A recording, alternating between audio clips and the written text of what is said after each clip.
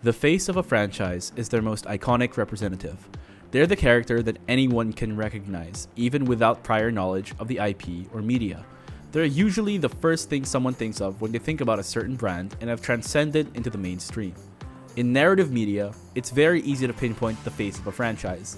For many movies and single-player video games, it's their main character or primary playable character, like Lara Croft from Tomb Raider and Shrek from Shrek.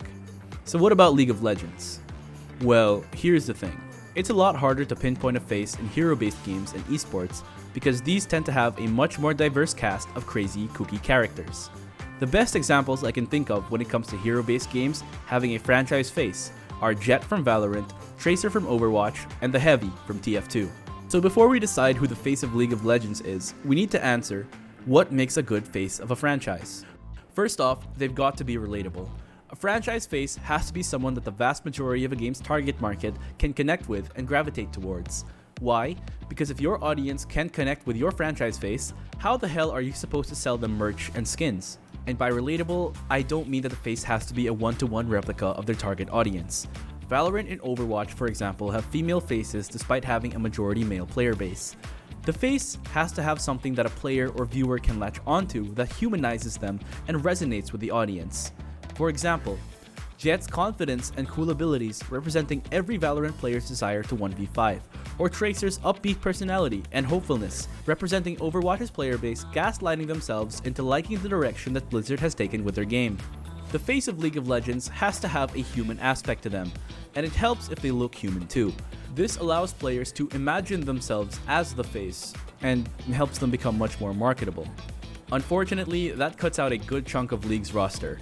Look, as much as I'd absolutely love if League made a champion like Rek'Sai or Aurelion Sol their franchise face, they just don't have that human aspect to them.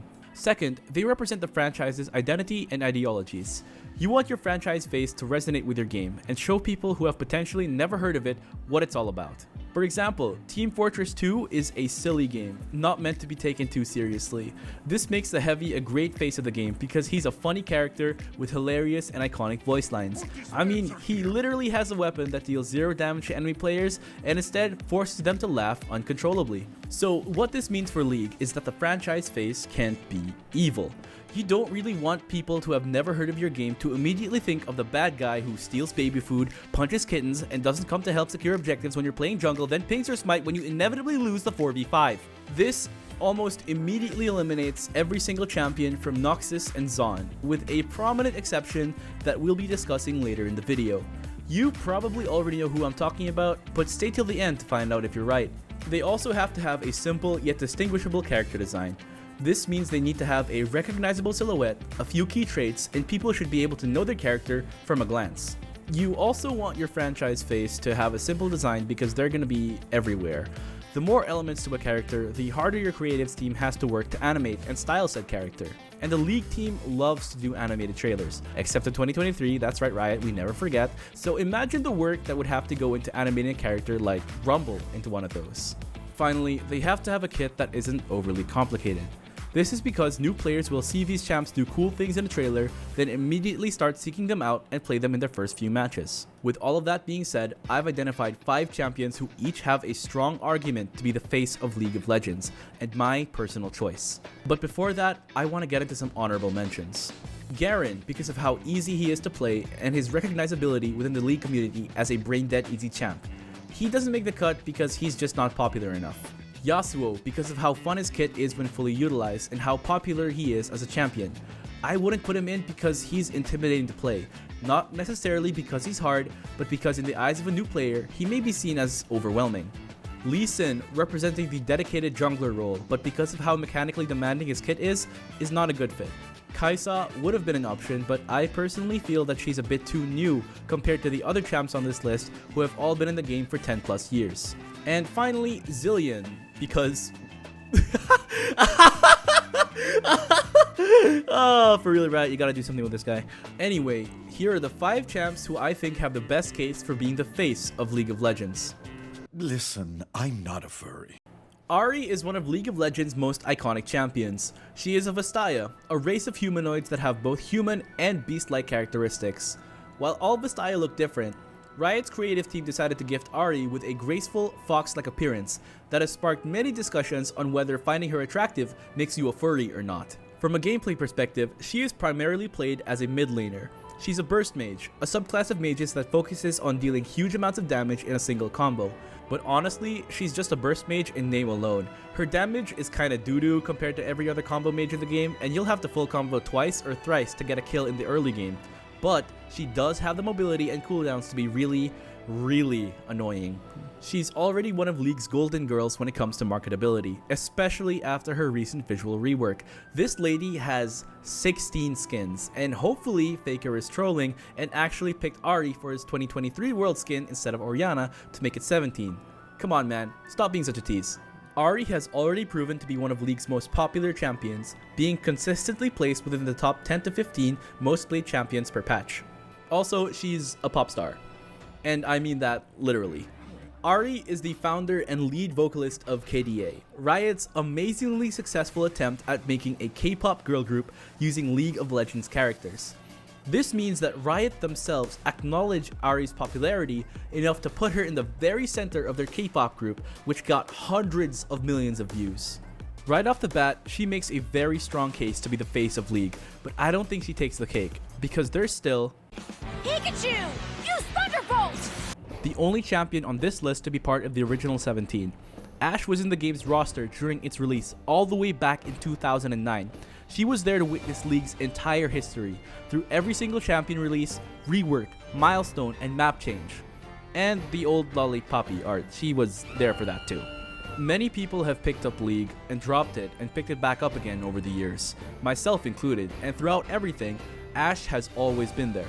That's because her kit is timeless. Yeah, her kit isn't exactly the same as it was back then, but the core elements like her slowing attacks, volley, hawkshot, and global ice arrow of death are all still part of it. Unlike most marksmen that were built to deal damage and only do that, Ashe's kit has more utility baked into it. Sure, she's not gonna blow anyone up, but when you can track the enemy jungler and impact fights around the map with your arrow, as long as you can actually hit the damn thing, you don't really need to. If I see someone highlighting Ashe as a pick in my ranked games, I'll almost always think it's a strong addition to our draft. Her design is also very simple. She's a white-haired woman with a bow and a hood and armor that's totally appropriate for battle in the frozen wastes of the Freljord. Unlike Ahri, Ashe isn't the most mechanically demanding to play. Her only real skill shot is her ult, and even then, its hitbox is so deceptively large that it can hit when sometimes it feels like it shouldn't. While it has global range and its stun duration scales off of distance traveled, you don't have to use it to 360 no-scope someone from base. Sometimes, shooting an arrow off rip to combo with a support is all you really need to get a kill. Riot also acknowledges Ashe's popularity. In fact, she's actually one-upped Ahri for number of skins, totaling 17. But if we're gonna talk about marketability as a metric for who's the best fit for League's face, then we've gotta talk about Taste the rainbow, motherfucker! When it comes to selling skins, she is undeniably Riot's golden girl. Not only does she have 19 skins, but she has 2 legendaries, 2 prestiges, and undeniably the best ultimate skin in the game in Elementalist Lux. The sheer amount of value that you get with this skin, such as the ability to change voice lines and colors, is just insane. Even for an ultimate, it's really like 10 skins in one. And honestly, she kinda needs nice skins. Lux's base design is simple, and while there's beauty and simplicity, it's a bit too generic, if you ask me. Look, she's a blonde young woman with a staff and some armored clothing and a headband. Nothing about her design really screams iconic. Maybe Lux's generic design plays a role in her popularity, but I think it's because of her archetype. Coming from other games, new players will gravitate towards the familiarity that Lux brings. She's an artillery mage, meant to deal damage from a distance using her long-range spells. She's also not that mechanically demanding to play. Yes, everything is a skill shot, even her shield, but all of her spells kind of just combo into each other. If you know how to use them, they're actually not that hard to land. She's also viable to be played in 2 roles, both mid and support, meaning that she can fit into 2 different champion pools. She's also just incredibly satisfying to play. I've been able to single-handedly stall out games as Lux, letting my carry scale just by using my ultimates on cooldown and preventing an endgame push. Also, landing a full combo on Lux and then completely 100 to 0ing a squishy or even a bruiser if you're far ahead enough from a whole screen away always feels good. You know what else feels good? Reading your comments and joining in the discussion and seeing if people enjoy my content through my likes and subscriptions. If you're enjoying the video so far, remember to leave a like, comment, and subscribe for more and better content in the future. But if we're talking about champions that are satisfying to play because of their range advantage and skill expression, and who would best represent League of Legends to the masses, we also have to talk about... I don't miss a shot! I don't miss a League is fun because of its action-packed gameplay compared to other MOBAs, with champs that can dash around and shoot out high-damaging skill shots. Among all the champs in League of Legends, I think Ezreal best represents what the game has to offer. This is because of the combination of his reliance on skill shots, mobility, self-sufficient kit, early to mid-game dominance, and serious case of main character syndrome rooted in deep insecurity. But honestly, I think he's popular just because of how fun he is to play. I do not play a lot of ADC myself, but when I'm tired of the top lane island, I find myself queuing up a game or two as Ez just to hear that sweet sound of hitting my Q. And it feels especially great after hitting a WQ and watching the enemy's HP bar go down by like a third. Say what you will about League's character design. I mean, I did, go watch a video if you haven't already, but I think Ezreal is League at its best. He's balanced because he needs to hit his skill to be effective. If he can't consistently hit his Qs, then he's not being played to his full potential. And even if he's played by a mechanical god, he has a clear weakness. If you can outlast his mid-game power spike, he doesn't really scale well into the ultra late game. Ezreal is incredibly fun to play, but he's not downright broken. And I think that's why he's so popular and why he's Riot's cash cow for skins. At the moment, he has the most skins in the game at 20, and like Lux, he has 2 legendary skins and 2 prestige skins, as well as an ultimate, albeit a kind of outdated one, in Pulsefire Ezreal. Ezreal has to be the most consistently played ADC throughout the years, but unlike Lux, he's popular across every skill bracket. As you rise above the ranks, you'll start to see a lot less of Lux in your games, but Ezreal will remain a staple from Iron to Master because of how reliable his kit is. He also has not 1, but 2 world skins, TPA and SSG, showing just how prominent this champion is even at the highest levels of play. And his skins aren't covering for bad design or anything. Ez has some very prominent features that just make him instantly recognizable to League's player base, like his goggles, blonde hair, jacket, and signature gauntlet. Not to mention that, like Ahri, he is also a pop star. He's the lead singer for Riot's take on a boy band, Heartsteel, and is voiced by the biggest person in that band in EXO's Baekhyun. So, if it's the face of League of Legends we're discussing, it has got to be Ezreal. Right? I mean, he's consistently the most played champ in his role, has the most skins, is incredibly fun to play, and he's portrayed by a freaking K-pop star, for crying out loud. But despite all of these and my own biases, I don't think he is. Remember, at the start of the video, I mentioned that the face of a franchise has to transcend the medium and enter into the mainstream. You can make the argument that Ahri and Ezreal have done that through KDA and Heartsteel respectively, but I would say that people don't see Ahri and Ezreal. They see Soyeon and Baekhyun portraying them. The thing is, if you ask someone who's never played League of Legends, chances are they may not be able to cite any champion, not even the ones I've listed so far. That is until the recent release of Arcane. Incredibly excited for Season 2, by the way. League has been thrust even further into the mainstream because of this show, and many non-fans got to see the deeper stories behind a handful of characters in League's roster. And among the many characters prominently featured in Arcane like Vi, Caitlyn, Jace, Echo, and Heimerdinger, the one that I believe rose above all of them and entered into the mainstream, having what I believe to be the strongest case to be the face of League of Legends, is...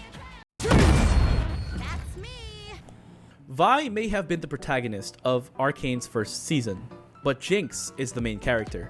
The story revolved around her choices and actions, prominently featuring her transformation from sweet, innocent powder into the deranged, psychopathic Jinx. Before Arcane, Jinx was just another ADC. Most people just saw her as the crazy character, literally the loose cannon, and accepted her for that. But then when Arcane was released, Both players and casual viewers were introduced to Jinx's tragic, traumatic backstory. We learned why Jinx is the way she is, and how she's really just that same sweet little girl who desperately craves love, affection, and acceptance. This goes without saying, but if you haven't already, you gotta do yourself a favor and watch Arcane. And while she's no Ezreal or Lux in terms of skin sales, she has a respectable amount of skins in 12, with the whispers of a 13th, as it's rumored that Gumayusi picked her for his world skin. But even then, skins and skin sales aren't necessarily an indicator of a character's popularity to an external audience, which is the role of a franchise face. Jinx also isn't the most popular in terms of pick rate, but still consistently finds herself hovering around the top 20 most played champs every season.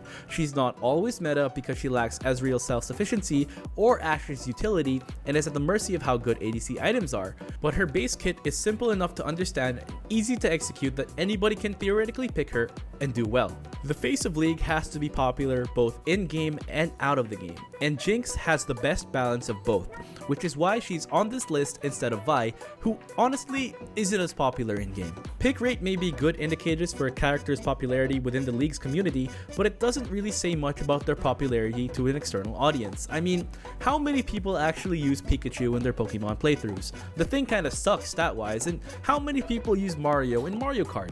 The only reason I would pick him is because I'd be salty that someone else already picked Toad.